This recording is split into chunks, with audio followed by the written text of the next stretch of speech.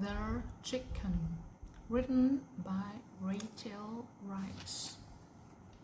Focus question: what are the different parts of a chicken? Words to know: beak, chicken, egg, feathers, feet, legs, tail, wings. Connections: writing and art. Chickens and other animals live on farms. Draw a picture of a farm with many animals. Write the names of the animals. Science: draw a picture of a chicken and label the different parts of its body.